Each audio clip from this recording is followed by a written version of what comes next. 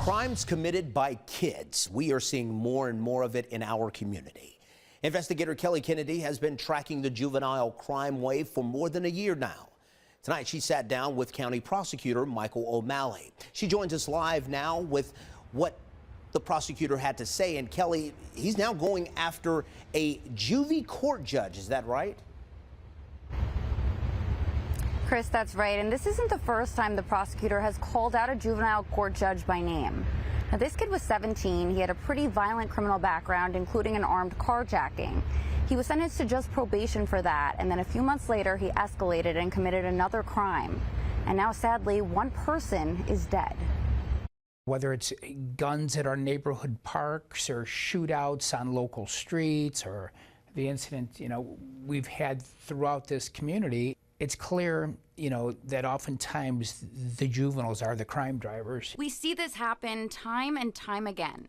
Juvenile court judges letting kids skate on serious charges, and then they escalate. Cuyahoga County Prosecutor Michael O'Malley is fed up. If we're not teaching them as juveniles right from wrong, what chance do we have when they become adults? O'Malley drawing attention to one recent example of a kid with a violent past getting off with a slap on the wrist.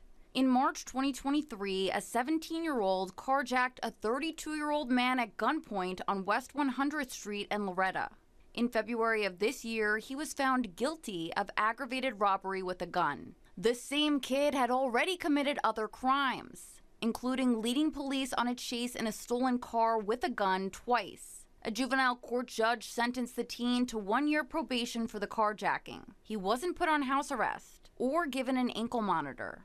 Within 3 months of being put on probation for a carjacking, he's in another stolen car with a gun, speeding 85, I believe in a 25. The prosecutor says in May of this year, the teen ran a red light in a stolen car at East 79th and Kinsman, crashing into a car driven by a 55-year-old woman. The 17 and 18-year-old girls riding with him were thrown out of the car.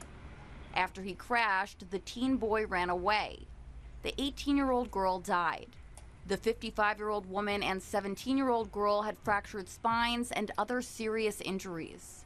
99.9% of the public would think that if you're doing an armed carjacking with a history of previous violent crime, that you should probably receive a punishment that includes a term of incarceration. O'Malley shared the horrific details about the case on social media, even posting a photo of the judge who sentenced the 17-year-old. This isn't the first time you've called out a juvenile judge by name for handing out a light sentence like this. Why do you think it's important for the community to know who is handing out these sentences?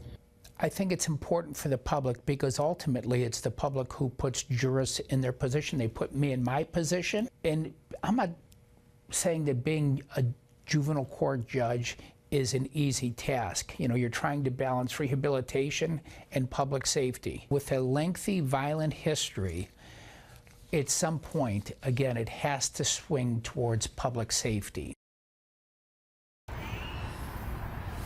And O'Malley says he will continue posting about juvenile cases like this one on social media to raise awareness.